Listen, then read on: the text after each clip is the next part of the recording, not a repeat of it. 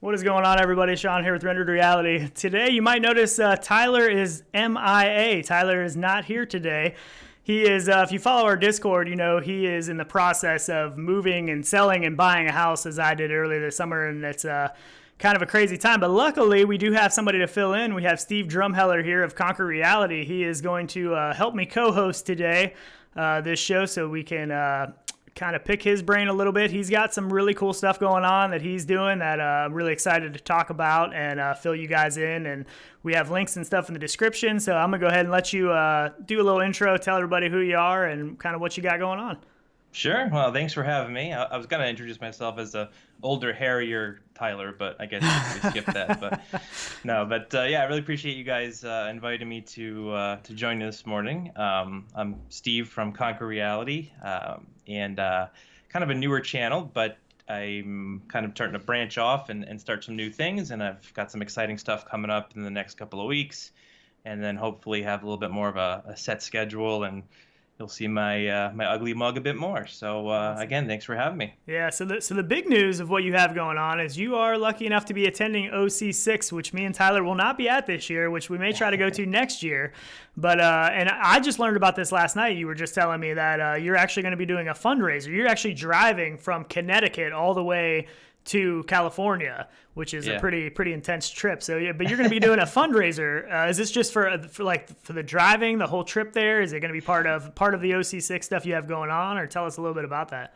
Yeah, it's kind of a mixture of or many different things. But yeah, I was fortunate enough to be able to go to OC6, but being in Connecticut, obviously a little far away, and some things behind the scenes just kind of worked out perfectly as far as timing. And I've had my Tesla Model 3 for coming up on almost a year now in December, I think. But I love the car, I love driving it. So I was thinking, hey, this would be a good opportunity. I think the farthest west I've gone is Ohio, actually. Oh, nice. So I'm looking forward to seeing a bit more of the country. And I have two kids. My wife and I have been married about 20 years, or coming up on 20 years. But both the kids are very healthy. We're very fortunate. And so I thought, it might be a good opportunity to try to help those that aren't.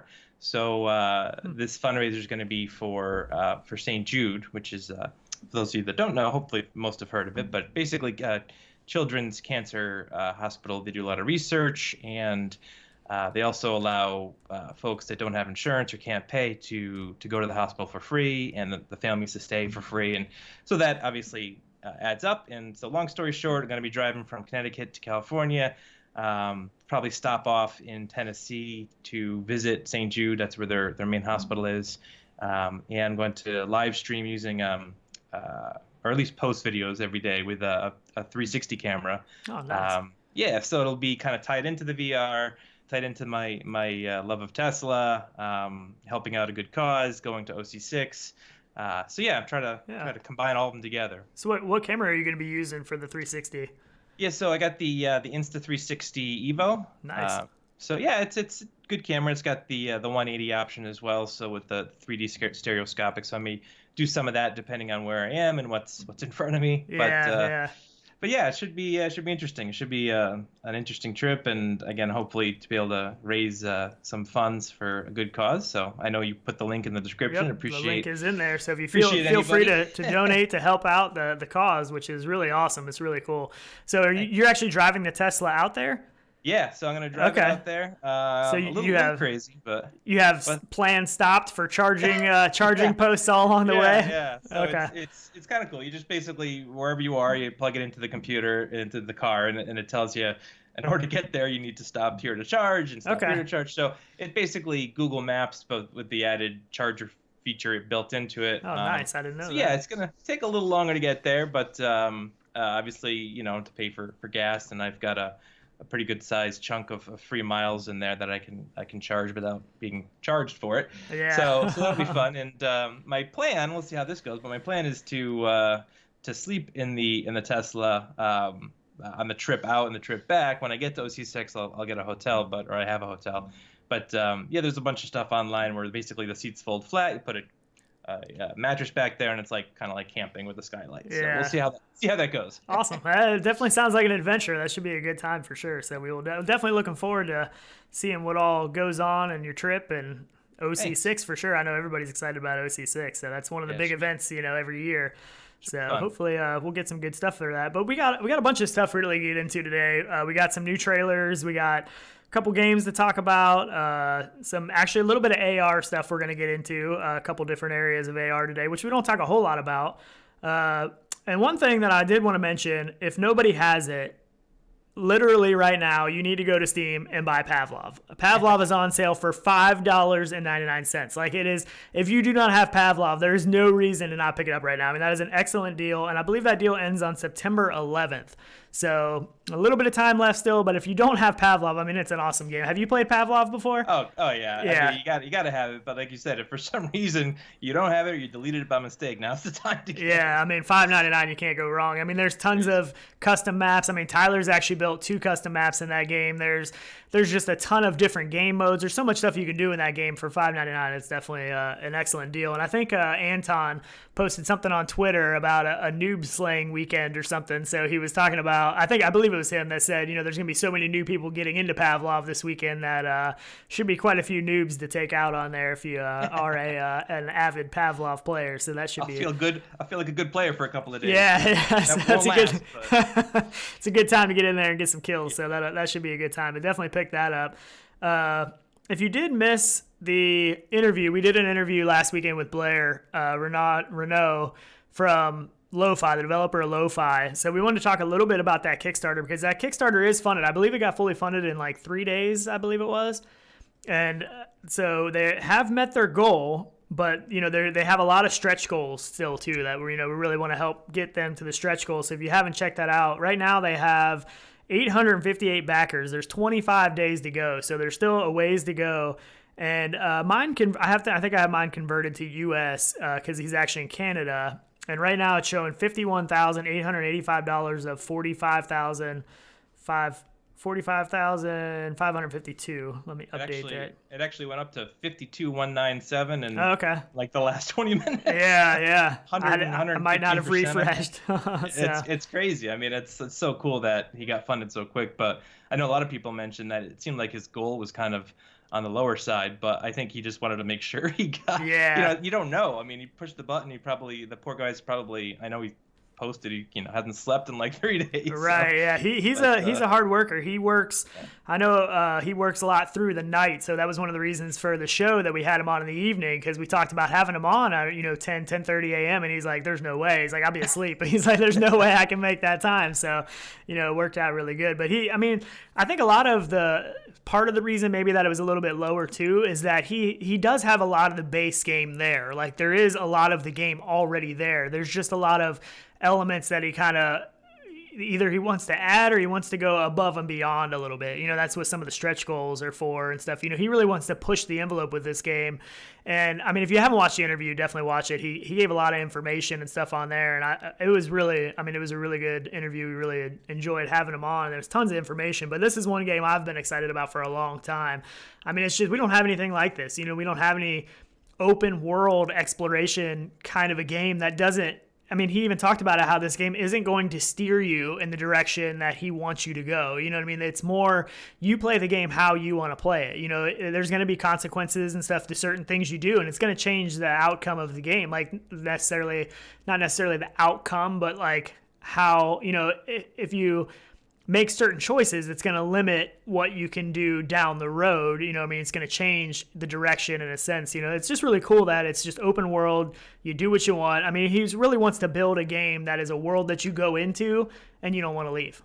That's what he wants to do. And that's kind of like what No Man's Sky has done for a lot of people. I mean, I don't know how much time you spent in No Man's Sky recently, but a lot of people are super addicted to that game. It is a pretty awesome game, but that's one of them games you just get inside of and you can lose yourself. You know what I mean? You just are doing what you want to do. You explore, so I mean, in that cyberpunk, futuristic world is something that a lot of people really enjoy too, which I do too. I think it's really awesome. So yeah, and it's amazing the level of detail. I mean, I know he says he's got a lot of work to do, and I'm sure it'll just get deeper and deeper. But when you look at like the demos that you played and some of the videos online, it's crazy. Like you said, like you hear things playing and you could walk over to them. It's the spatial audio. I mean, just everything combined together. And No Man's Sky is a great game, but because of, I guess, the scale of it, obviously, there was a lot of issues in the beginning, and the graphics are not over the top, but this game, it's just like you look like you're watching a movie. And I think it's great that it kind of coincides a little bit with the hype for Cyberpunk, because it obviously a completely different game and a whole different story, but it really kind of gets that genre in front of everybody, and this game is going to be just incredible. Yeah, I'm really surprised we haven't seen more of the Cyberpunk world kind of stuff in VR. I mean, it seems like it's such a good fit for VR. Like, I know we've seen like teasers and stuff of games and stuff, but I can't really, I mean, the only other game that I really can think of that even comes close to comparing to this would be Technolust, which was his first game. And that game was built in 2016 before we even had touch controllers. So, I mean, it was kind of, I mean, he was really a pioneer in that space for, that kind of game. And yeah, I don't know. I mean, like, even I played The Tower 2, which is a game that we actually have a giveaway going on for now that we're going to draw the winner later in the show to see who wins that game code. But that is kind of a futuristic cyberpunk world in that. But I mean, completely different game. It's a platformer game. You can't choose your own direction or anything. It directs you where it wants you to go. And it's an awesome game. I love playing it. But yeah, I mean, the cyberpunk world in VR just makes so much sense to me. It's just, it's like the perfect fit. So, it's so cool. Yeah. And for sure. And we got a lot of people hyped about that, and that's, really good. So there's been a lot of support for it, which has been really awesome.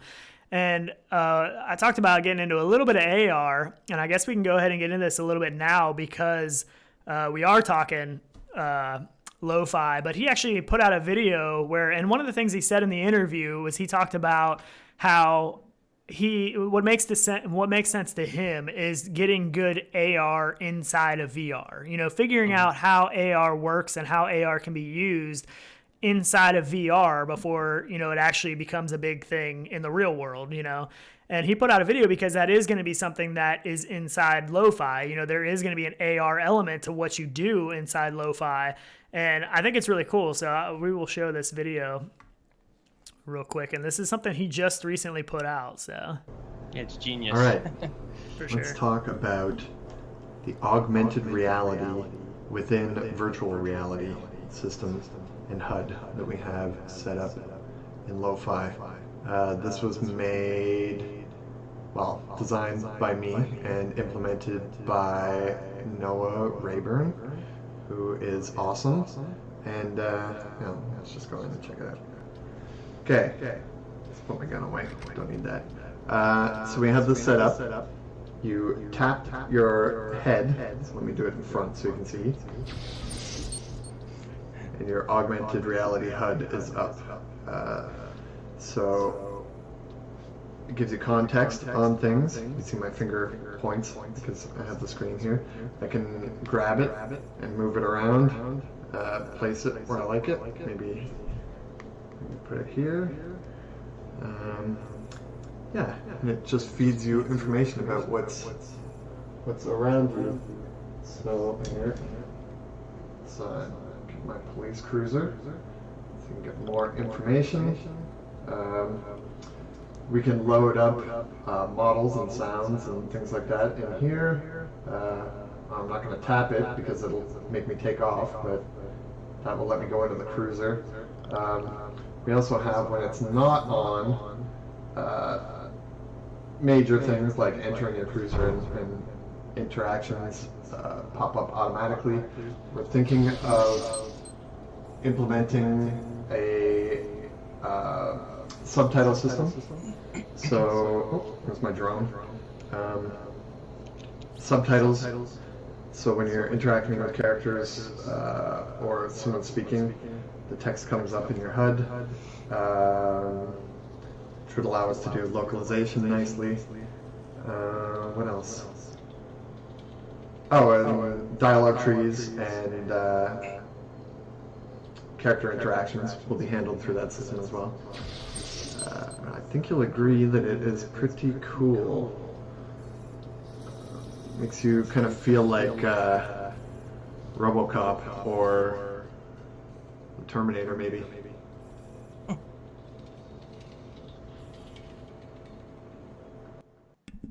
It's really pretty cool, though. One of the things that I really liked about this is the fact that you can move it. Sometimes in games where they overlay things in front of you, you're not able to move those items around. You're just kind of stuck with it where it's at. You know what I mean?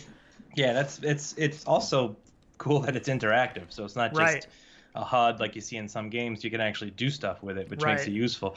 And, it seems like he really doesn't do anything unless there's a reason for it, which is nice to see in a game like this. Yeah, for sure. I mean, it was even an option where, like you said, you could select more options from Yeah. that HUD. That is, I mean, the interactivity of it really does add to what AR needs to be. We need that functionality in real life, and just like he talked about, and adding these in games, you can kind of figure out what works and what doesn't work inside VR, which can translate into the real world in the future, which is really awesome. I think it's a genius idea. It really is a really awesome idea, and it's something that, I mean, obviously he's already got a lot of the kinks worked out of. He already has it in there and working, and just trying to perfect it a little bit. So I definitely think that is something that's for sure going to be in the game, in the final product. Yeah, and it helps keep the immersion too. You don't have to pull up something to get into the car, have a HUD. I mean, some people have done it with like wristwatches and things like that, but to have it as an interactive HUD as part of the game is just, again, it's just genius. So. And it's something you can pop up and remove at the same time. I mean, It's not something that has to stay up all the time. You can select it when you need it, when you need to see what is what, or, more options about something, more information about something, and then you can put it away, which is really nice. So it's not up there all the time.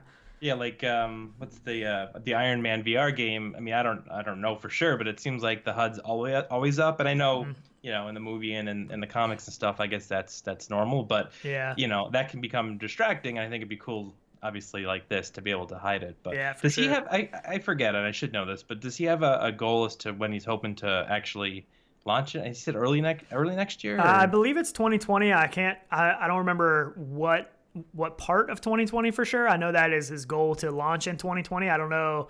I think it probably just depends how the Kickstarter goes, how much extra stuff he's wanting to add in there. So, I mean, it's hard to set, how it is with any VR game. Yeah. It's hard to set a definitive date, because you're most likely going to disappoint some people if you set a definitive date and you don't meet that. But that's totally true. And there's so many games that are coming, the summer, which is only 2 weeks away, and then the fourth quarter and early 2020, and that, I guess, that's better than, what do they say, under promise, over deliver. But I wanted to also point out that in one of his videos he mentioned like the music in this game, and I've always been a big fan of this kind of music and like the Tron movies and things like that. And one of the groups he has is called Gunship, and I just put it on Apple Music, and it's so cool. It's just like, it feels like you're in the game, and the game isn't even out yet. Yeah, so. For sure. He's definitely big on selecting the right music. That's a big part to him, is he wants the right music for the game, and not just any kind of music that's thrown in there. So that's pretty cool. And I mean, the music that I got to experience in the game already was really awesome. So it definitely fits the world for sure. It's definitely fitting. And he even said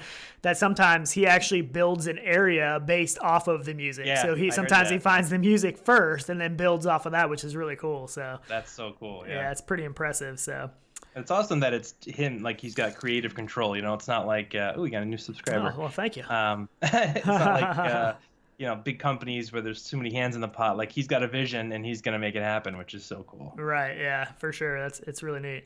So let's see what else we got here. Did you see any of the stuff about the hidden code that was found in the lab? Yeah. That's pretty interesting. What do you think about that? It is. Yeah. So, I mean, there's so many videos on it now and so many different articles about it. And it's all every end of the spectrum from, they're going to launch a Half-Life game that's strictly in VR, which I think Anthony said last night would cause riots, obviously, people going nuts, right. to the fact that maybe they were toying with this code and going to have a version of this in the lab and decided not to, because maybe they are going to make it into a VR game, hopefully, obviously on the VR side, hopefully it's exclusive because to get more people in. But yeah, I don't know. I mean, I watched a video, I forget the kid's name or the guy's name, it talks super fast, but he went through the whole code and line by line basically explained what it was. And to me, I think it's one of two things. One is it's nothing and it's just something that they were toying with and they were trying to do. Or two, it's a genius marketing way to get kind of people excited about it and see what happens next. What about you? What are your thoughts? Yeah, I mean, well, we know that we're supposed to be getting something this year in the fall, some kind of big, Valve game.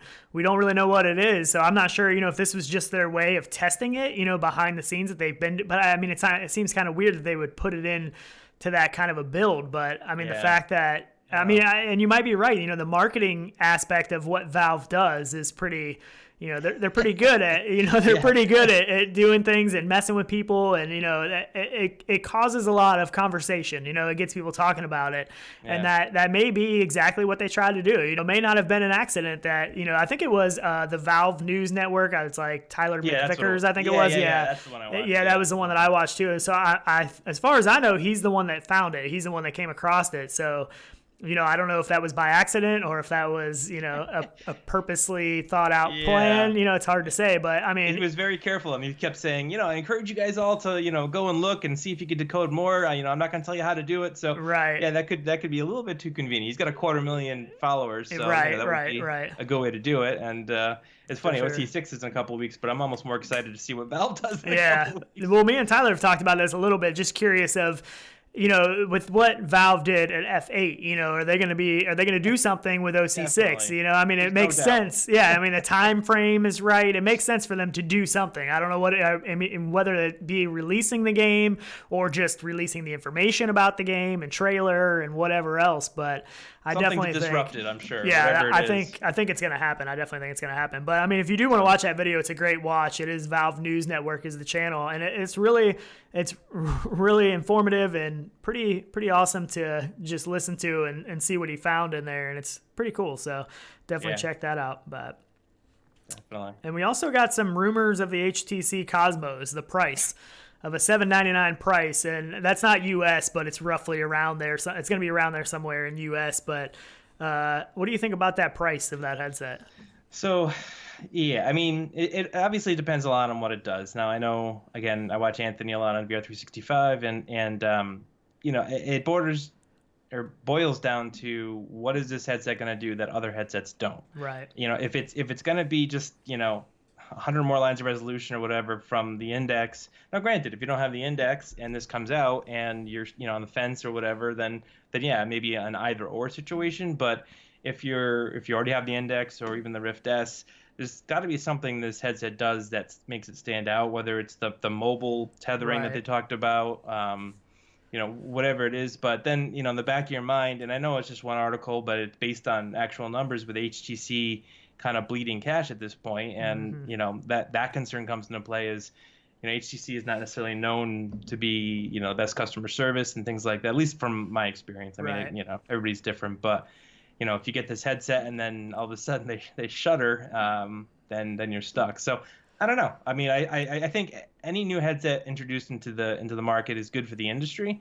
I just hope that it doesn't fall flat and people just kind of pass it off as just another headset, and because that could have the opposite effect. I mean, their whole spinning video and all that garbage was ridiculous, and then they disappeared, which makes everybody wonder, well, what the heck's going on? The whole thing seems like somebody messed up somewhere. Yeah, they definitely, no doubt about it, don't have the best marketing department. There's no doubt in my mind that they need to hire some new people for marketing. But a $799 price, like you said, unless there's something that it does really a lot better than everybody else. I mean, for around $800, you can buy a Quest and a Rift S. You can have a PC VR headset and a mobile headset, which we know there's a lot of really good games coming to Quest, and there's some really cool stuff planned for it. And hopefully with OC6 we get some more information, because the Quest for a long time has been a lot of their focus. So I'm sure there's going to be some Quest stuff with OC6, I would imagine.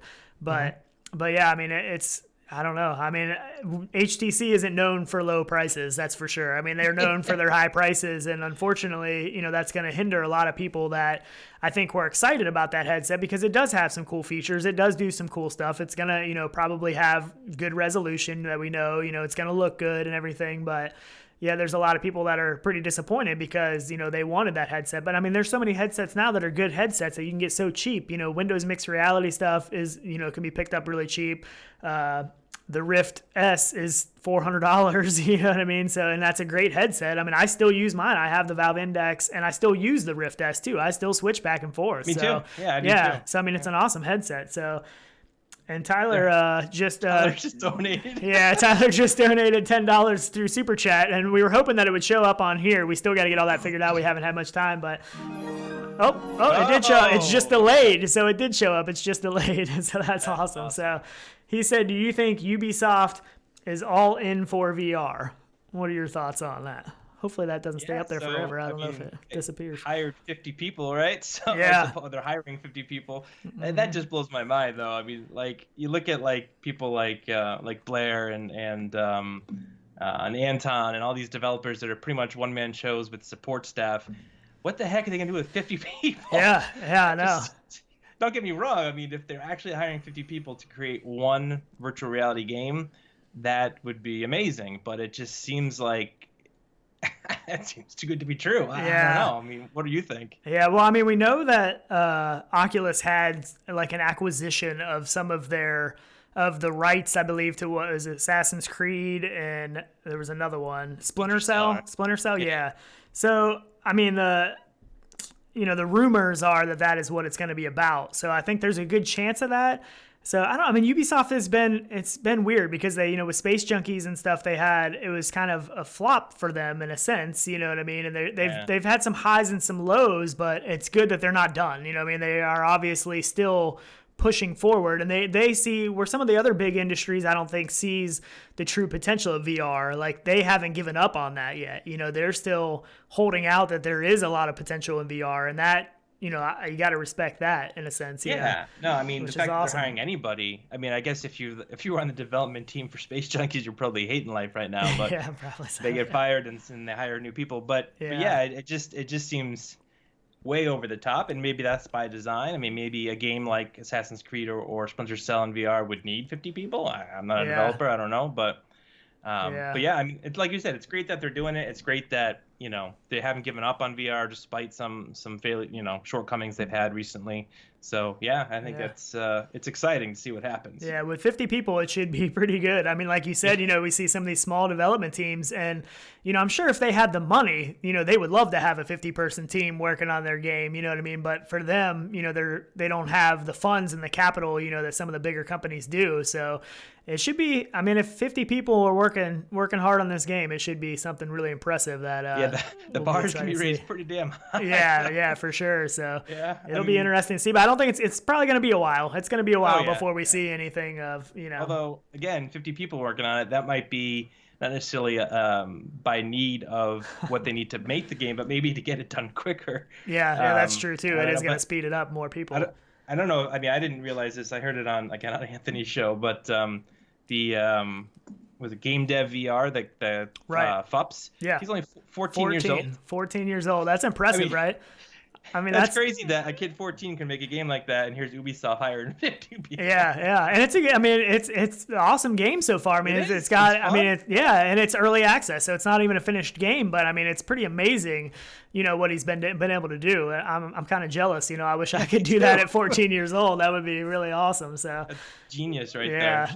For sure. So there's some chatter going on, and I see so that. The VR money laundering, I see that. So the VR Mang said, "Did Tyler just create a black hole?" And VR Spry Guy said, "You can't give $10 to your own show, Tyler." That's way to launder it, I guess. Yeah, exactly. Tyler said it's the only way I can get a hold of him. Yeah, it's pretty awesome. Pretty funny. That is good stuff. So you should be filling your dumpsters, man. Come on. Get back to work. He's never going to be back on the show if he doesn't focus on some work here. Exactly. I'm sure your wife is probably looking for you. Yeah, for real. Oh, man. So that's pretty awesome. But it's funny. So let me see here. We also have Zero Caliber. Have you played Zero Caliber at all? Not recently. Yeah. I played it when it first came out, and it's tough because there's so many games like that with Contractors and Pavlov. Right. And I mean, there's just so many that are really fun. I like it, but I haven't really done much with it. Yeah, that's kind of how we are too. We went into it for a while when it first came out and stuff, but me and Tyler, we're the multiplayer guys. We like the multiplayer quite a bit. So the fact that they hadn't added that, and as far as I know, they still haven't added the multiplayer aspect. I know they're working on it. I know they have plans for it. We talked to them a little bit a while back. And it is coming. It just seems like, I guess the good thing about it is that they really are working on the core game a lot. They're adding a lot to the game. So once the multiplayer does come out, there should be a lot there, And they recently came out with a new map. And I got the trailer for the new map. And it actually looks really good. It's a really good looking map. It's like a prison, right? Kind of. Yeah, it's called, what was it called? It's called Lockup. So it is, so we'll play the trailer here. Cool. Yeah, this one doesn't have any sound or anything, but it's just showing the world, and it's a really cool looking map. I mean, the lighting effects and the quality of the map looks pretty high end. So looking forward to it. I do need to get back into this game because they've put out a ton of new maps. I do want to get in there and just check all that stuff out. And they have, the physics of the game, the collisions and stuff with the weapons and everything else is pretty cool that a lot of the other shooter games don't really focus on, where they did, from the beginning. But yeah. But it's crazy that, I mean, I'm sure everybody that's into VR is having the same problem, but even a year ago, maybe a little bit farther, there was not much going on, and now there's so many good games to play. I mean, No Man's Sky itself could take over your whole life, and it has for many people. Yeah, I was gonna say, I think it has for some people. So it's it's just so hard, and most of these games, even Zero Caliber, you kind of, it's not a game you just, I guess you could pop in and pop out, but it's more of a game you try to get into and kind of have more of a career into it more than anything else, like Onward and those kind of games. But yeah, there's just not enough hours in the day. Right. So. And Zero Caliber does have the co-op, so it does have where you can go in with friends and you can, go against the AI and stuff, but there's just the multiplayer is what really is, what really will get me back into this for sure. So, but I mean, as everybody knows, I'm a big, it just slipped my mind, the shooter game that we always play. Contractors? Contractors, that's it. I couldn't think of it for some reason. Contractors. It is one of my favorites. I love Contractors. Yeah, that's a good game. But I'm a big fan of all of the shooter games. So nice. And they all, they all seem to have, pluses and minuses. Like there's not one, at least for me, that stands out as the be all end all at this point. But they're all fun. I mean, they're all great to play. Yeah, they all have their perks. Each one has a little bit different, going for it that maybe the other one doesn't have. But and exactly. I mean, and Pavlov, the big one is the workshop. The workshop stuff in Pavlov is really what made that. Awesome. I mean, the cost for one thing. I mean, even now, but even when it's not on sale, it's a relatively affordable game. And the fact with all the workshop stuff and the different game modes, I mean, it's just. It's pretty awesome. Kind of like Rec Room. Kind of like Rec Room, where you have a ton of stuff to do. And Rec Room is free, and they also just put out an update for their new game mode, Stunt Runner. So it's kind of like Ninja Warrior kind of style of a game. Exactly. And I was thinking that. It's pretty cool. I think I do have the trailer for that too. Nice. That's the first thing. They definitely have a lot of humor in their stuff too. Yeah, they do. They really do. I mean, they're on it all the time. They're constantly working on the game, constantly doing updates. And one of the cool things about the Stunt Runner is that they actually have a level editor. And the best thing about it is that you can do it with people. You don't have to do it by yourself. So I think that is going to be, they give you a lot of the core stuff to build the different maps and stuff for this kind of a Stunt Runner thing. And I think that'll be really cool because, I mean, we've seen it before when the community has access to building stuff, they do some amazing stuff. Yeah. They do some ridiculously amazing stuff. Yeah. So it'll be really interesting to see what comes of that as people have some time to start doing some level editor stuff. But yeah, it looks like a good time. And it's a lot of fun. And Rec Room really does a lot with, I mean, their whole focus is the social aspect. So it's really cool that they're still adding stuff like that. So yep, that is pretty cool. Oh, I went to the wrong one there. I lost you there for a second.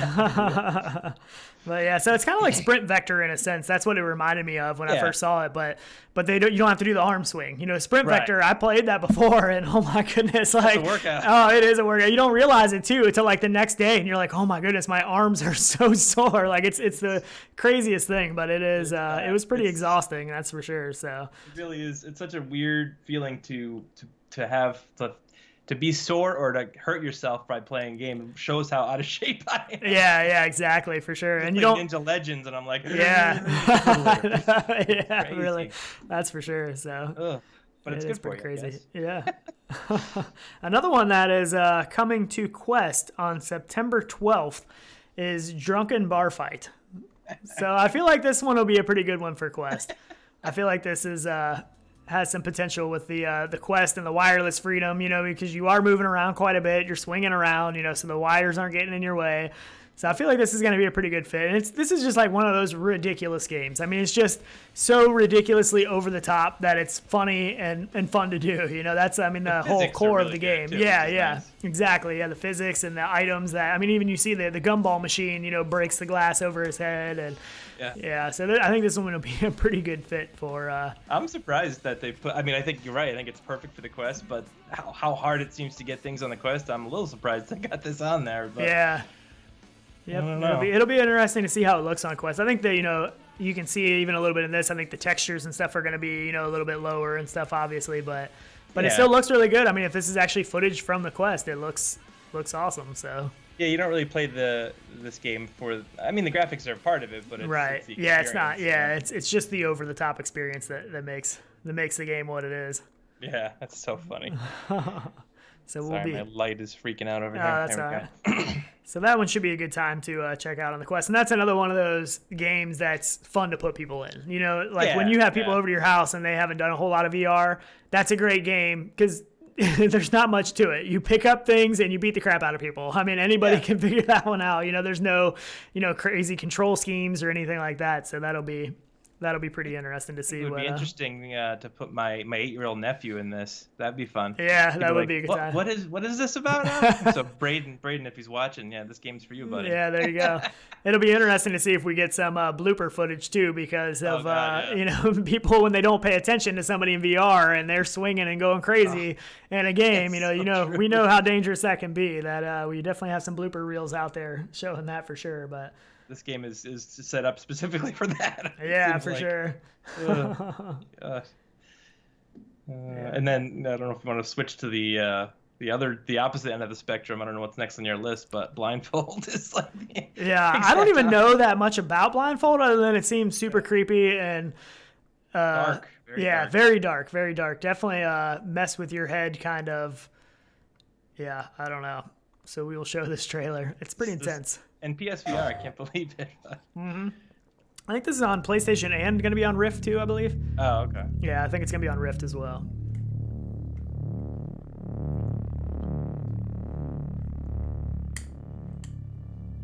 The Ministry of Intelligence has charged you with treason. Choose your answers wisely, and we will consider releasing your family. Everything you do has consequences. Tell him what he wants to hear. Behesh Begu. Confess that you were the leader. When I ask you a question, you will answer by nodding your head. Perhaps you are a sympathizer as well.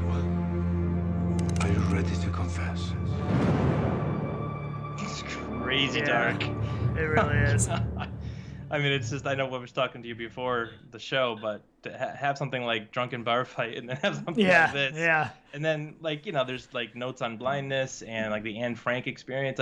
It's so cool that the two opposite ends of the spectrum from just goofy playing, games to, unfortunately, these things that are, happen in real life that are super sad, Yeah, So that's one thing I was kind of thinking of that, depending on, this isn't the kind of game you would want to put certain people in. This could really put some people into some hardcore PTSD.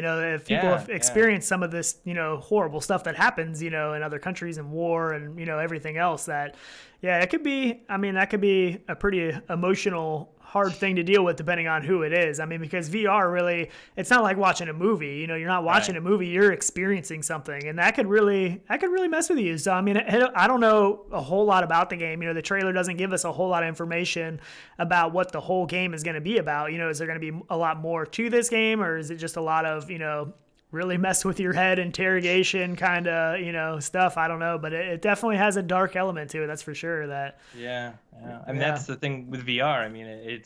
It pulls out such emotion, and it really it envelops your entire being. Especially that the fact that it's interactive and the nodding and whatever the rest of the game entails. But I know Vivian over at the Hive, she just posted, I think, on her Twitter that she just did something with two veterans that have PTSD with something with VR, with I think nature treks or some sort of relaxing thing, obviously. So it just goes to show. Ironically, you mentioned PTSD, and VR is being used to help those people. But something like this could have obviously the drastic opposite effect. So. Yeah. There are a lot of benefits that VR, I think, can do in the mental health aspect that really haven't fully been tapped into yet. And I know I followed somebody on Twitter not too long ago that had I believe she had a PhD in psychology and stuff, and she wanted to basically use VR for good, you know what I mean? Like see how that can help things, you know, with, you know, mental health kind of conditions and stuff like that. And I really think there is a big aspect of that really could help a lot of people in the future once they really nail down, you know, what to do with it and stuff. I think it really can, because like you said, it plays off of emotions a lot, you know, and it really does, you know, it's a lot more mind involved than just playing a video game. You know what I mean? Like there's so much more to it than just playing a video game on a screen. So it will be really cool to see, you know, hopefully VR can help a lot of people in the future, not just have fun, but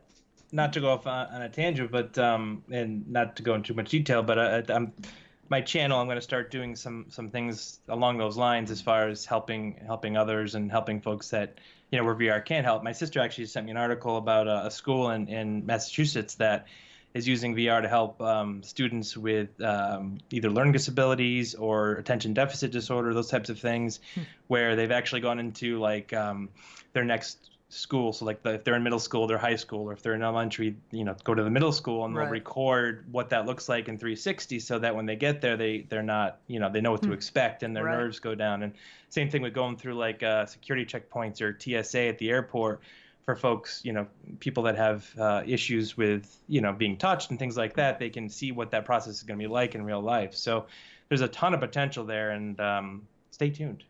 Yeah, that's really cool. So I even in schools and stuff, I think there's a big opportunity for VR, like you said, with ADD and stuff like that, you know, it's so easy to keep focus on something. You can direct focus so much easier in VR because there's no distractions. You know, you don't have, you have no choice. Yeah. I mean, you have this to deal with, and, you know, you can't look over and see, oh, what's going on over there. You know, in the real world, you can kind of close it off. And so I think that really can be good for people that struggle, you know, in different areas. There's just, like we said, so many aspects that are can really benefit from the technology, I think. And that's pretty cool that you're going to be doing some stuff like that on the channel. That'll be interesting to see for sure. Yeah, it's when you crack that egg, or you peel the onion, or whatever the metaphor is. There's amazing what's already being done as far as, you know, pain management and elderlies that are, you know, stuck in convalescent homes, and I mean there's just so much stuff. So pretty cool. Yeah, it is really awesome. So a little bit of stuff in chat going on. The VR man said cornhole VR backyard multiplayer would be awesome. So and there is some talk about drop-in. We've talked a little bit about that game. And we've been seeing a bunch of stuff that Uno has been putting out on our Discord and stuff. Really awesome stuff. He added some underwater aspect to it. That's going to be really awesome. That has fish swimming around and stuff. So we definitely can't wait to see more. He's been getting pretty close to that game. So I think pretty soon here we should be having a decent amount of information coming out about that, which is going to be really awesome. Nice. Very cool. So that is pretty cool. We also have, let me see here, real VR fishing. Do you enjoy fishing at all?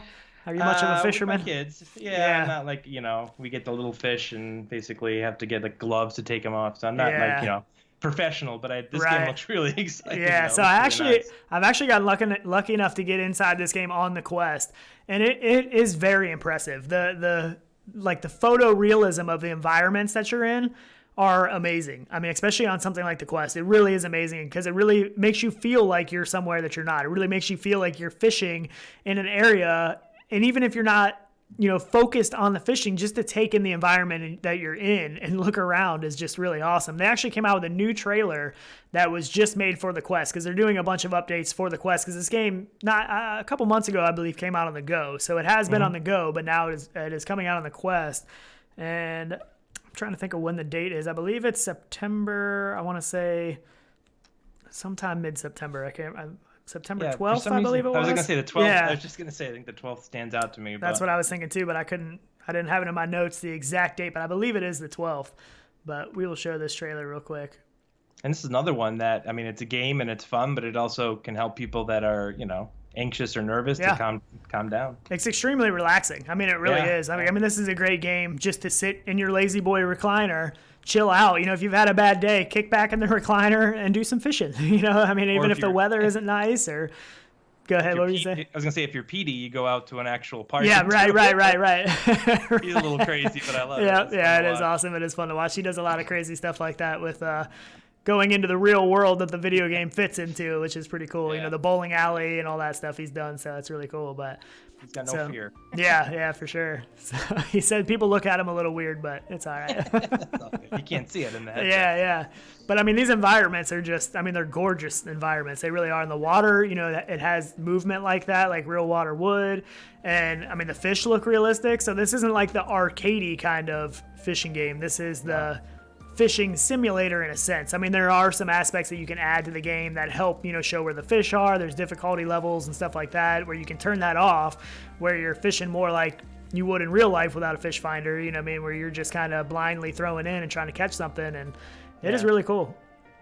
So another aspect that I thought was neat about this too is you can keep the fish, and in your home environment, you have like this huge fish tank and you can put them in there, which I think is really cool. Yeah. So, definitely one that I think people need to keep an eye out for. I think that is definitely a nice, just relaxing, chill out game with some beautiful environments that you can check out. And I love fishing games. I like to fish anyways. My brother-in-law is actually a huge fisherman. He goes fishing like every weekend. That is his thing he does. So I go with him every once in a while. I'm not quite as big of a fisherman or as good as he is. I don't catch as much, but I really enjoyed the game. I mean, it's really fun just to relax. And that's another one I want to put my wife into, because I think she'll appreciate the environments a lot. Not that she loves fishing. I mean, she likes to fish, but not, anything crazy, but just the environments and the kind of Zen aspect of it. You know what I mean? Just the relaxing, take it all in. So I think this is a good one to demo, like you said. I mean, this for anybody. I mean, obviously, like you said, your wife who's into fishing, but anybody that says, "Oh, what's VR?" I mean, you put them in this. It's so visually impressive and immersive at the same time that it's a great one to kind of like a tech demo type of thing. Yeah, for sure. And it's also always good when you don't have a lot of locomotion. Somebody new into VR, something that doesn't have a bunch of locomotion when you're moving around is usually where you want to start them off with. Start them off a little easier. So that is an excellent one to put people in. I think that is going to be good for that, for sure. Definitely. Looks very cool. A lot different than, what's the other fishing game? Gone Fishing or no, what is it? There's Bait. Bait. Yeah, Bait was one on Go that I played quite a bit. I really enjoyed that on the Go. That's a fun one, but this one takes it to a whole new level. Yeah, this is definitely another level for sure. I think so far this may be the best fishing game so far that we have in VR. And I don't think they have really any plans to bring this to the Rift that I know of, which I think, might as well. If they put it on the Quest, might as well do it on the Rift as well. Again, I'm not a developer, but it seems like it'd be an easy port to go the other direction than the other way. But. Yeah, right. So, and I mean, there's people that have PC VR that don't have a Quest, so I think there's a lot of people that probably want to play this game too. And even with the wire, it's not really going to impede you too much. If you have a comfy chair in your VR room, you can still kick back and, but I think it's going to be great on the Quest though, for sure. I think it's definitely going to be an awesome one on Quest. It's hard to imagine that it would possibly even look better on the Rift, like Vader Immortal. Slightly improved graphics, but it already looks amazing. So I don't know. Yeah, it really does look good in the Quest. So it would be hard to say what it would. I mean, I'm sure it could benefit some from the PC, but I mean, it really is impressive in the Quest. It really is. So that is something definitely to look out for. We'll get into a little bit of the Tower 2 stuff, and we did a video on that, and we kind of talked about some Quest stuff, because that's another one that I feel would be excellent on the Quest, because how much you're spinning and moving around, that was my only gripe about that game. I really enjoyed the game, but the wire was a pain in the butt, because I was moving around so much that I was getting tangled up, and that really does break it breaks the immersion. So we did reach out to them and ask about the Quest. So they said that they basically have plans for it. And I think one of the things that they talked about is, they want to see how it's going to do on the PC, because, they're not a huge company. They don't have unlimited amount of money and stuff. So they need to recoup some of the development costs from sales of the game on the PC. But they definitely have hopes to get it on the Quest. They said that they are preparing the pitch documents as we speak. So basically they are working on the pitch documents to get that over to Oculus to see if they can get that on the Quest. So I just want to give a quick update, because I know we mentioned, that we were going to talk to them to see if they had any kind of plans for the Quest. And that'd be awesome. Yeah, that is a game that I would prefer to play on the Quest. And I mean, visually, art style and stuff, I think it would be a pretty good fit for the Quest. I think they would be able to pull it off. So we will definitely keep us posted. Yeah, keep you updated on what happens with that. But definitely, I think that'll be a great one for the Quest. And we can probably go ahead and do the drawing. Let me see here. The timer, I can't remember what time I set it to end. So according to this, there are 9 minutes left. So if you haven't signed up for the Tower 2, there is still an opportunity to sign up for that. You have 9 minutes left to sign up for that. We have 51 entries in total. So we can pop back to that in about 10 minutes or so, give some people some more time to sign up for that if they haven't yet. And we will do that drawing. So don't let me forget about that, Steve. No problem. That's a good game. It's a lot of fun. Good exercise too. Yeah, it really is. Another one that you don't realize you're exercising until after you're done, and you're like, man, I'm worn out, sweating, exactly. and it's crazy. Yeah. How about the Virgo Mini? I know you wanted to talk about that. Yeah, so we talked about the Kickstarter, actually. I believe it was on the last show or the show before that, it might have been. And that actually, they surpassed their Kickstarter goal. So that has been funded on Kickstarter. And that, have you tried any of that kind of stuff? Have you tried? Because I know you've went to some location-based stuff, and I didn't know if you've tried any of the, the treadmills or any of that kind of locomotion. No, I haven't. I mean, I did the Void, but that's really, you're just completely immersed. There's no none of that stuff. But I'm hoping at Oculus Connect 6 there'll be some things I can try out. Yeah. But yeah, I mean, I think this goes to show, because everybody's got their own opinion. I think this a little silly looking, little kind of a different type of concept. But the fact that it was already funded shows that people are just starving for something different, I think. Yeah.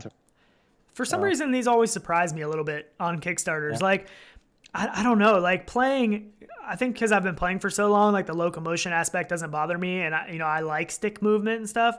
Yeah. But I don't know, like it just seems like there's so many of these things out there, like so many different options that people have tried for locomotion stuff, whether it be the treadmills or, they have the one where you use your feet, I forget what that one's called. On the shoes. Yeah, there's that one. Yeah, there's cyber shoes, and there's the one that's kind of like this, because this one is the one that you sit on and you move, your body to move in the game. And they have one that was the same thing that you basically put your feet on and you tilt it. Oh, the 3D rudder thing? Yeah, that's it. So, I mean, there just seems like there's so much stuff out there that we see Kickstarters and stuff for, and it seems like the Kickstarters always do really good, but the product never really takes off. Yeah, it's not you wonder if they're doing any market research, or if they're I mean, I've never seen any surveys or anything, or if they just think to themselves, hey, this would be a cool thing that I want, and then when it launches, they get the couple hundred people that backed it, and that's it. But again, anything that's new for the VR industry that is different than something we've seen, I think is good for it. But like you said, it just doesn't seem. I don't know. Doesn't seem like something I want to use for very long. Right. Yeah. I don't know. It always surprises me that so many of them can do so good in Kickstarters, but none of them ever take off. It just doesn't seem like. So, I mean, maybe this is the one. I don't know. Maybe this is the one that does take off. Time will tell. Yeah. I have my doubts still, but yeah. I know. I have my doubts still. I backed the, the Feel Real mask, and not necessarily for the smell part of it, because, I mean, that's cool, and like, you go to Disney and they have the different smells on rides, and that's neat, but more so for the haptic feedback and the heat and the fan. Yeah. So I keep getting updates.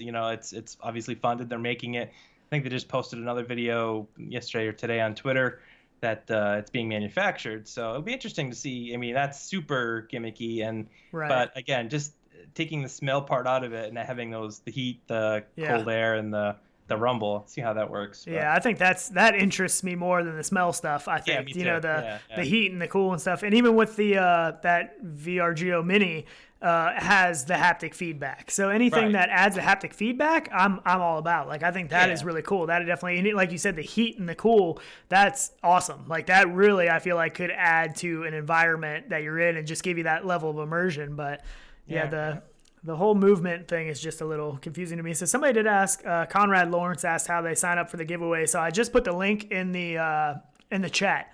So you should be able to click that link and sign up before that is over. So you do still have the opportunity. We might not have added that link in the description of this video. I know it was in the last one, but yeah. So we got a little bit of time. So go ahead and click that link and sign up. It is a great game. I really do enjoy the game. That's fun. It really is. Yeah.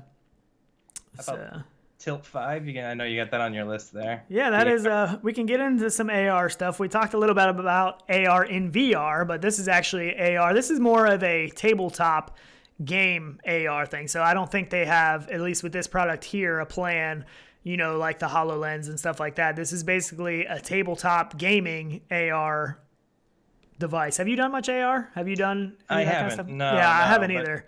And when I first saw, you sent this over to me and I looked at it, I was like, I never really was into tabletop gaming to begin with, but it actually looks kind of cool if it does what it shows it does. Yeah. I mean, in the videos and stuff, it looks like it has a lot of potential. And some of the things that to me that stood out was they're claiming it's going to have a 110-degree field of view, which is pretty unheard of for AR stuff. Yeah. So that was really impressive to me. And their consumer version, they have planned for $299. So that is extremely affordable. Yeah, that would really blew my mind. Like that made me more interested in the product, seeing that $299 price. That wasn't something astronomical that everybody can mostly afford. Right. And it is going to run off a USB connection to Linux, Windows, and mobile. So I think that's probably where they're saving some of the money, is that it doesn't have its own processing unit built into it. So that is going to save some money for sure. But we can show the video. AR is something that I feel like is going to be pretty big in the future. We're just not there yet. So I haven't seen anything so far that seems obtainable and incredible enough to really get excited about it. You know what I mean? Like the HoloLens 2 is amazing. I would love to have one, but they're too expensive, and there's just not, it's just not there yet. So the physicality of what you need for AR is what I think the hindrance is. Like, you put on a regular pair of glasses that does this, and everybody in the world will buy it, but you always got to have wires or have this huge thing on your head and the small field of view, and it's just right now there's just too many negatives against it that I think hold people back. I mean, if Apple ever decides, all the rumors, if they ever decide to launch something, that's really cutting edge, I think that's what it's going to take to kind of get people to take AR seriously. But you look at like Pokemon Go and the Harry Potter and all that stuff, the augmented reality games, and that's just looking on your phone. So there's definitely people interested in it. Yeah, there's a market for it. I think there is definitely a market. It's gonna come. It's gonna come to the point where I think it is gonna be very popular in the future. They're just still trying to figure it out, and hopefully they get there at some point. But I thought this is pretty cool. I mean, this is pretty neat. Especially if you can get a group of friends over and you can all play a game and you all have this AR device that you can play together. I think that's where the real magic is going to be at. That's going to be pretty cool. So it has go ahead. No, go ahead. I was just going to say it has, like, for some reason, has a Nintendo feel to me, like looking at the controller and stuff. Like but I mean, it looks really cool, and it's not overly huge on your face either. It's not a bad form factor to actually be able to wear, and while you're playing a game like this. I mean, have a couple buddies over, and I mean that could be a really good time. That's I think the magic here. If you're already into tabletop gaming and your buddies are into it too, I don't think I'm just gonna make fun of the fact that you're wearing AR glasses. Right. At that stage. No right. offense, Yeah.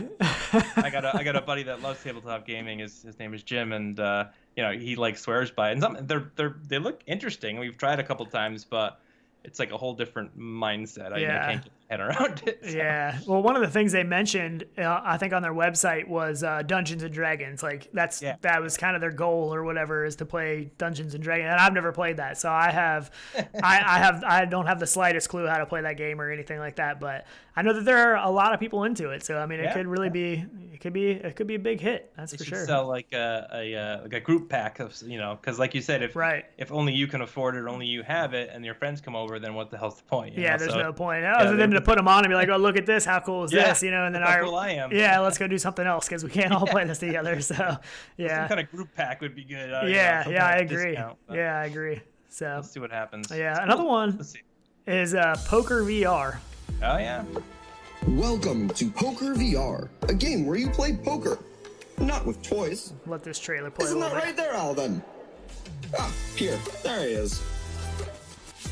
Poker VR tournaments are not just one table, folks. They're huge, absolutely massive, the best. The game has also been built for the ground up for the Oculus Quest. Just check out this Zen garden. So zen. And now you can scope out the whole casino before joining a table. And you can do so much more with chips. Do tricks. Make stacks. Look at Alvin go. Great job. So come and be the best. Or, lose. Better luck next time, Alvin. Have you played Poker Stars at all?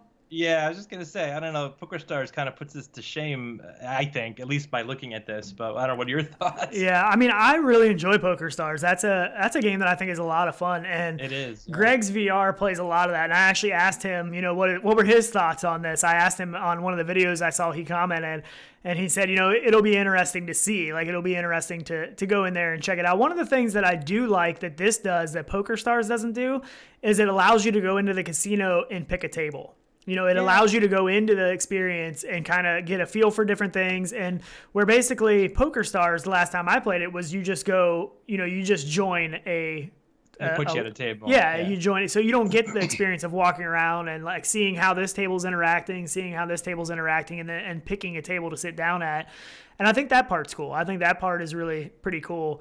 Other than that, I mean, I don't know. I think PokerStars has the edge, I think, for sure. And I mean, I mean, maybe what'll happen when this game comes out is both of them will improve by seeing what the other did. Right, I mean, competition happens all the time. So hopefully that's the case. But yeah, I mean, at the end of the day, you're playing poker with other people around the world, and that's kind of the fun part of it. So. Yeah, I think that's awesome. For me, I think this is like the poker games and stuff is one of the awesome things for like the older people.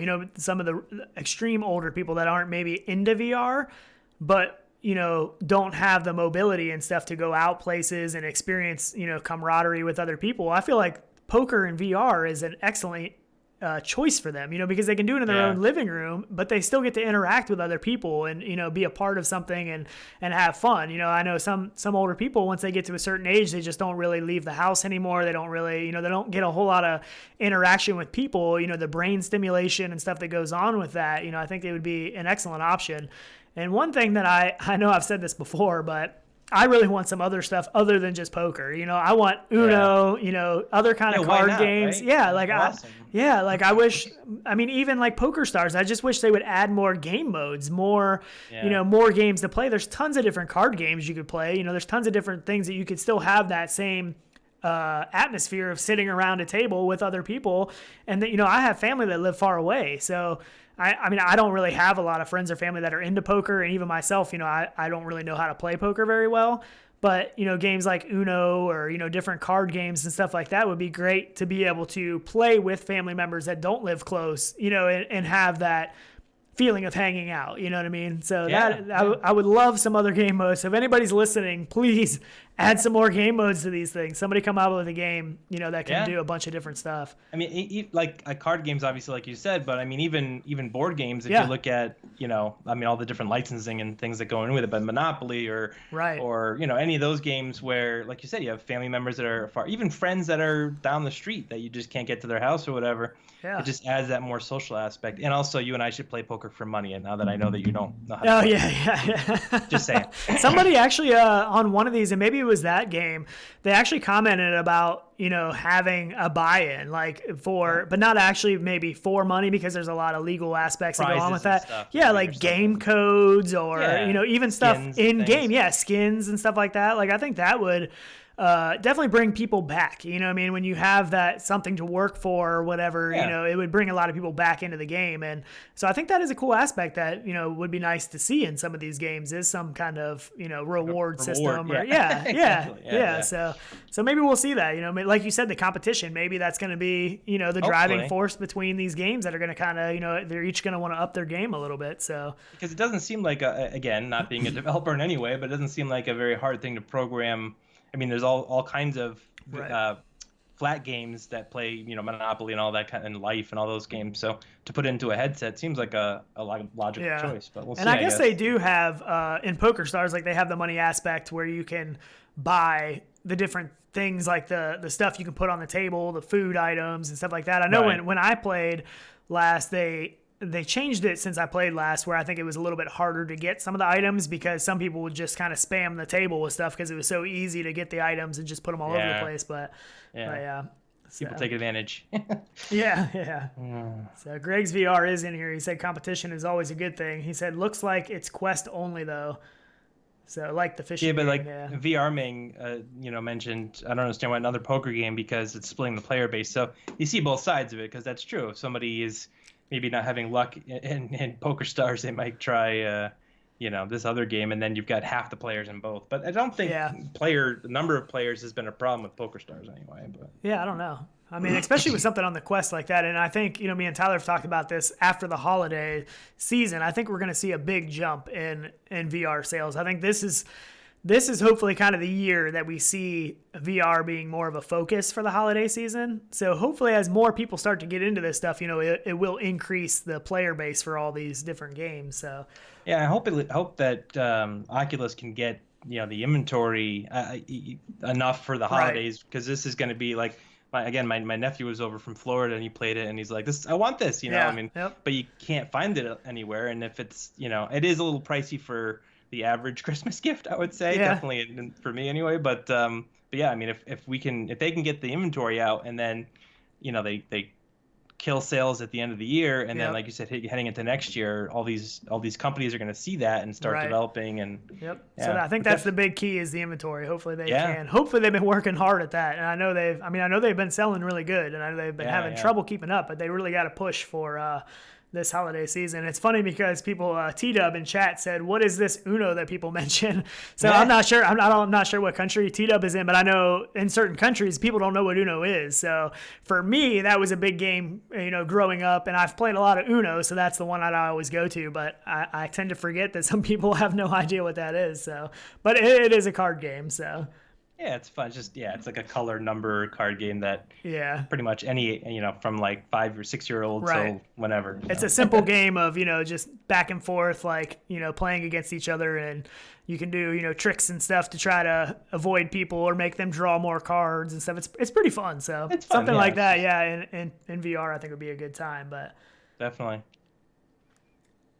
So our Grambo said HTC is also hoping VR picks up a little this holiday. So yeah, it'll be interesting to see. I have a feeling, the Cosmos will hopefully be available for this Christmas season. So it'll be interesting to see. If it doesn't come out by the end of the year, then they should just give up. Yeah, they should give up. I totally agree. And Samsung was talking about headsets not too long ago, and now we hear nothing. I mean, they tend to have the hype train last about 10 days usually, like with new phones and stuff. They announce it, and then there's like a big presentation, and then it's out. So hopefully that's the case with their headset, because they they make good. The Odyssey Plus is an awesome, especially for simulations, sim games. Mm-hmm. Yeah, hopefully we do get another Samsung headset. I think we will for sure, but I'm definitely hoping that they at least go for, the Gen 2 Windows mixed reality, if that's going to happen, or they just branch off altogether. I don't want them to stick with the 2 camera tracking and the controllers, the Windows mixed reality controller. That was their biggest downfall, that would have been an amazing headset, with some different technology used in those areas. So as long as they stay away from that, I think their next headset could be killer. I mean, it could be an amazing headset. With their screen technology and what they've done in the past, they started, the Gear VR, even though I used a phone, that was really the thing that kind of kicked things off along with Oculus. So hopefully they got something coming out. We'll see. Yeah, for sure. So there are some people that know about Uno, though. Phil Yarn said Uno is super fun. Yeah, and Kayla Murphy says draw 4. So nice. At least I'm not the only crazy person talking about Uno. At least there's some other people that have an idea. I love Uno. My kids I never win, but that's okay. So Conrad Lawrence said, should I be buying the Quest in Canada and reselling them? With a question mark, which, I don't know how the sales are in Canada, but they are... They're definitely they're hard to come by still. I think since the release, I've only seen one Quest in a Best Buy, and I've looked online a little bit. And when I see that there's one available, it's gone almost right away. So you can still order them. Yeah, you can still order them, and you can have them there in like a week or two. But just to go to a Best Buy and to be sitting on the shelf is kind of rare. It's really odds are against you. Yeah, it doesn't happen a whole lot. So let's see about this Gleam giveaway real quick. See if we can go ahead and draw this winner. It should be over now. 70. Wow, that went up quick. Yeah, we got 71 entries. Nice. So that's pretty good. So I'm going to draw the winner. They can't see this. We used to do this before where we would show the drawing, but we didn't know how people felt about their email address and stuff being public like that. So we went ahead and do it private. So it is drawing now. Oh, and the winner is Fluke Rogie. So nice. Fluke Rogie is the winner. Entry number 59. That's awesome. So that is awesome. I'm not sure if he is in chat right now. He is in chat. I see him up there in chat. So he is the winner. He's in England, so that's what, 7? Is it 7 hours difference there? Yeah, I'm not sure. I know it's definitely not 6:30ish over there now, Luke. So when this show is over, I'm going to send you an email. I'll send you an email through there once the show is over. But congratulations on that. That is definitely let us know once you get in there too what you think, because I really enjoyed the game. It was one I really enjoyed. It's had fun. a good time. Yeah, it's a lot better. It's one of those weird ones that's a lot better than the first one, in my opinion. And the first one was fun, but this is like a whole different game with the shooting and everything in it. So. Yeah. It's really cool. I mean, if you watch the video that I did, there was a couple times, where those bot things with the saws that are coming at you that you got to shoot. I mean, they scared the crap out of me because like sometimes you're shooting them and they blow up and there's like a smoke screen. And then, as soon as that smoke screen's clear, there's another one right there and you're just not expecting it to be that close. But I mean, it's like you said, it's a workout. You got to duck, dodge, you're crouching, moving all around, avoiding objects. It's really cool. It's something a little bit different that they did in VR with that platformer kind of a style game. But and that's nice because it is different. There's a lot of the same stuff out there, and this one's very different. So that's good.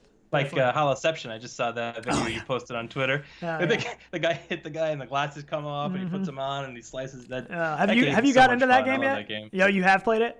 Yeah. Oh, yeah. Oh, it's so good. I cannot wait for that game to come out. I'm sure we'll talk about it some more on the show, but it's, like you said, something different. It is totally different, and I don't know. It's something magical. There's something magical there that just it's so weird. It feels it's so basic, good. I mean, it's like super hot. You look at the graphics from the outside, and you're like, this game looks horrible, but it's so much fun. Oh, yeah. It's just amazing once you get inside there. It's really cool. So definitely looking forward to that coming out. I know their dates got pushed back a little bit, but they are working hard on that game. I know that.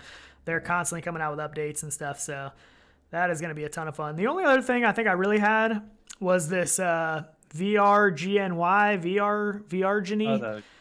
This is a power bank. Yeah, this is a power bank, and I actually seen this in an ad. I think it was on YouTube, and I was like, well, that's kind of cool. Like, so basically it's a power bank for the Quest that goes on the back of the headset and also works as a counterweight, obviously. But yeah, so I think I have a video of this, a little intro video here. Yeah, the design is what's really cool on this thing. Yeah, it looks cool. It says it lasts up to 8 hours video streaming. I think it's 6 hours of gameplay. Works great as a counterbalance, which we all know that helps, offset some of that front weight, that front heavy weight. So it really does. It's a real short video. I can loop it here real quick. Yeah, it's cool. It's neat that you're seeing companies, put time and money into these types of things. And I think normally it's $50, and right now it's on sale for, I want to say 30, I think. Yeah, I think the last time I looked, it was actually sold out. I haven't went back. Yeah, it says shipping September 10th, if I remember correctly. Yeah.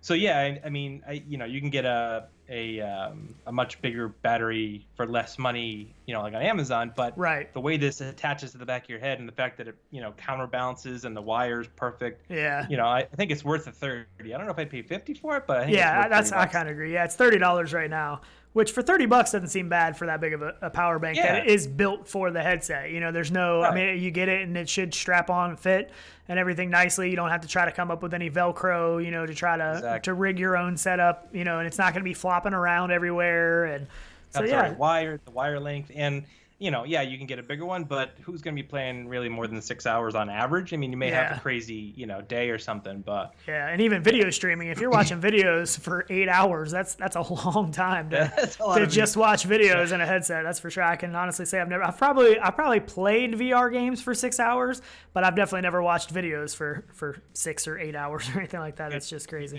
You could stream probably entire series of shows. Yeah, that's true. Yeah, I guess if you want to binge watch some Hulu or something, that is an option. Yeah, that is true. I didn't think about that. I was thinking more movies, like back-to-back movies, which I just could never do. Lord of the Rings, maybe you can watch all. Yeah. But some binge watching, it could work out for that. I do see that aspect. Yeah, you can't lie back, but that's okay. Yeah, that is the one problem with watching movies and stuff in VR, because that was one thing I used the Go for was that was cool. I liked sitting in the theater watching the 3D movies, especially. I really liked the 3D movies. I thought were really cool. But leaning back in a chair or in bed. Yeah, I still have the Go. I think that I still use it for that. I think it's a perfect device for that. It really is. Yeah, it is. It'll be interesting to see if they do a Go 2. I don't know. With the Quest out, I don't really see really the point, but I don't think so, because I think it just confuses the market, because people already confuse the two and don't know what's the difference. I'll just get the cheaper one, and then they have a bad experience, not what they expect. I feel like the Go and the Quest just need to merge, and they just need to be exactly. Instead of having the 3 tier lines, they just need to stick with the 2, the mobile and the PC. And I think the inside out tracking, it's great, and it looks like the Cosmos is going to have that, but I still don't understand why. I'm sure there's a reason, but why they don't put at least one camera in the back. Like, it doesn't seem like it would be that hard to have some sort of strap or hard strap or something with a camera, because that's the only real, downside. Now that, all the upgrades they've done with tracking from the inside out, like the Oculus Rift, they did that update, the S, and it works perfect, for the most part. But yeah, it does do way better for sure. Yeah. So, it's just the I don't know what you call it, the back camera or whatever, the eye in the back of your head that needs to be added at some point. Yeah, it does make sense. It does make sense to do that. And I know I saw something just yesterday, I believe, where they were talking about some kind of Unity integration that was supposed to help the latency of the controllers. I didn't read a whole lot about it, but I know they're still working on it. They're still perfecting it. It's still, I think, going to get better. And I'm sure by the Gen 2 stuff, it's going to be, by the time we get a Gen 2 Quest or Gen 2 Rift S, it should that'll be exciting. Yeah. So it says, go ahead. I was just going to say, it says Oculus Unity integration update promises lower touch controller latency. So, and it's already not bad. I don't really notice any major issues, unless you're going crazy with the controllers. But I guess maybe for Beat Saber, some of the hardcore Beat Saber people, they could benefit from that. But I'm not good enough in Beat Saber to notice the latency. I can't do the Expert Plus stuff and some of them crazy, custom mapped. Yeah, that stuff. It's crazy. It doesn't even look human when people are playing it. It's fun to watch. It's fun to watch people that do it, but it blows my mind because I can't come close to that kind of skills in Beat Saber. But it's cool. There aren't too many items you could buy in this day and age that you buy it and it just continually gets better without you doing anything. You plug it into your computer or whatever to update the software, but there aren't too many things, barring like computers and phones, everything else you buy, you get what you get. You get an air fryer, you get what you get. Yeah, it's not getting any better. It's not getting better. Same thing with Tesla. Tesla, every couple of weeks there's a new update, and now my car could do something different. It's crazy. But so are you able to do those updates yourself on Tesla, or is that something that has to go back to? So basically you just plug it in Wi-Fi, or is it? Yep, it's just always connected to Wi-Fi. So in my garage, it reaches the garage, and just I'll get in the car in the morning, and it'll say update ready to download, and you just like your phone, you just hit the button and good to go. It's pretty cool. Tesla's definitely doing some very, very interesting stuff. That's for sure. It's fun. Yeah, it's even that Carmack interview, they talked a bunch about Tesla stuff, and it was really cool to listen to. Rogan's really, really good guy. His interview with Elon Musk is still like one of the best going down in history in that one. But that will go down in history probably. Very entertaining. Good stuff. Well, I think that's pretty much all the notes and everything that we had to get into for today. So definitely your channel link is in the description as well. So people that want to keep up to date with the Oculus Connect stuff that you have going on, which I know I will be. I'm looking forward to that. I'm a little envious that I don't get to go this year. Maybe I'll hide in your trunk or something. And there you go. I can pick you up on the way. Go right to the there you go. But, I appreciate that. It's going to be fun. And if you go to the channel now, there's only a handful of videos, but going to be, like I said, doing a lot more in the upcoming weeks and months, and kind of branching out in different directions. So I appreciate it. So you plan on actually live streaming from the event too, like from inside Oculus Connect? Is that the plan? Yep, that's my plan, is to do that. So probably the trip there and the trip back, it'll be a little bit of live streaming and maybe a little bit of some edited, video that I do on my iPad or whatever. Right. Because with the 360, some of that stuff you gotta kind of work with. So but it should be interesting. Hopefully it goes well. So are you planning on doing any flat streaming, or is it only going to be the 360 stuff? I'll probably do some Facebook stuff, some Facebook Live stuff, and maybe a dual stream on YouTube and things like that. But so it'll be a combination and a little bit of a learning curve as we go. So be patient with me, but it should be fun, and hopefully involve whoever's watching. And if there's places people want me to go or whatever, I can try to, as long as it's not too far off the path. Yeah. Are you on our Discord? I think you're in our Discord, right? Yeah. Oh, yeah. Yep. Yeah. So hopefully maybe you can give us some updates in there too of some breaking news. If you got some breaking news that we can hopefully keep up to date a little bit. So and we definitely appreciate the subscribers too. We just got another one there that subscribed, and we definitely appreciate that. So And we appreciate Tyler's $10 super chat. So Tyler's donating to his own coffee fund. So That's awesome. pretty awesome. And we also talked about before the show too, the picture that you sent me of the coffee mug. You actually have the other Rendered Reality coffee mug. Oh yeah. And we were both actually jealous of that because neither one of us actually have that. Mugs. Yeah. You were gonna do the mug shots. You still got. Yes. I'm glad you told me that. I totally forgot. You told me to remind you. So, all right. Was I supposed to remind you of that or something else? I forget. The giveaway and this. So thank you for reminding me. I've been forgetting to do the mug shots, and I actually added them in here this time so that we could do the mug shots during the show, and it just slipped my mind again. I think it might not have been in my notes. Nope. I'm telling you, if it's not in my notes, it's just I lose it. So, but we definitely, if you don't know what the mug shots are, because we haven't done this in a while, it is on our Discord. We have a section in our Discord that is called Mug Shots, and that was, I believe, thanks to T-Dub that came up with that name, which we love the name. And basically, you just give us a picture of your coffee mug, and your VR setup, whatever you want to do, and it's just kind of cool to see. This was actually when Steve XM actually made this. He was doing some Photoshop stuff and sent that over. I thought that was pretty cool. So very cool. Pretty fun stuff. And some of these are a little bit older, but I don't think any of these have been shown on the show. We hadn't done it in a while, so I had to go back a little bit. But it's pretty awesome. So feel free to add those in there. And if we keep getting a bunch of them, we'll try to keep doing this every show and show the mugshots. It's kind of fun to do. So we like seeing them. We just like seeing when we see them pop up in the mugshot section, we always get a little bit excited. So that's fun. Yeah. So it's and awesome. The Discord is awesome. Just, if you're not part of it, highly recommend. It's a great community. And like you said, there's fun stuff like this, but there's a ton of other stuff in there. So. Yeah, a ton of good information. Like I know that VR Mang finds like ridiculous deals and sales on stuff that he lets everybody know all the time. Yeah, I mean, there's some really good sales and stuff that he's come across that we didn't know about, until he told us. So yeah, definitely join that. And I think the link should be in our description for that Discord. But yeah, hopefully we will get some updates from you out of OC6. Absolutely. A couple weeks from now, right? Yep. Yeah. Awesome. Well, Very definitely cool. Good luck on the trip. Make sure you check out the link for the fundraiser he is doing. If you didn't catch the beginning of the show, he is doing a fundraiser for St. Jude's Children's Hospital during that trip. So make sure you check out that link. I think that's really awesome. Really appreciate that. Really Thank cool you. thing to do. So, all right. Cool. Well, I think that pretty much sums up the show. We definitely appreciate you being here. My pleasure. Thanks it was for real having short me. notice. We'll head over to Tyler's now and help him with the dumpster, or is that? Yeah, we got to head over there and help him work the rest of the day. So, we definitely appreciate it though. I literally texted him last night. I messaged him and said, we need to fill in. So we actually talked to you about filling in for me back when I was moving, and we never had to do that. We moved the show around and stuff a little bit. So, but we may have some guest co-hosts here a couple weeks while Tyler gets this move and everything finished up. So we definitely appreciate you being here, and check out his channel, and looking forward to OC6. So again, just awesome. Huge thanks. And Steve Drumheller, Conquer Reality. So check him out. Thank you so much. Appreciate it. Yep. All right, guys. We will see you next week. And maybe a new co-host, maybe Tyler. We don't know. So, all right. See you guys. Have a good one. Take care. Later.